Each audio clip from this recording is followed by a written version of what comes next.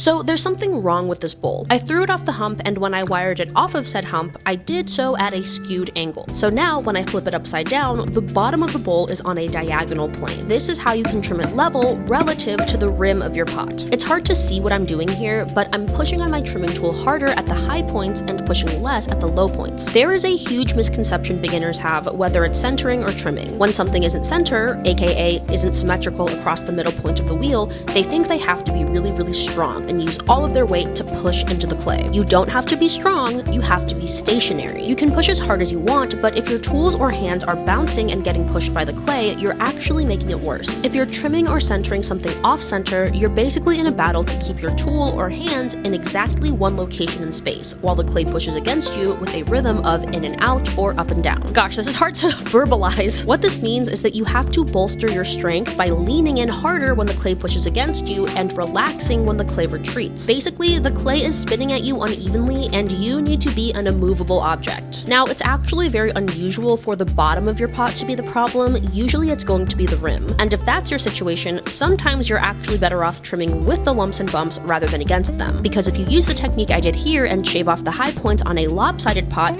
you risk trimming through that high point. Gosh, it's really hard to explain this stuff verbally, but I hope that some of this made sense and that it was helpful.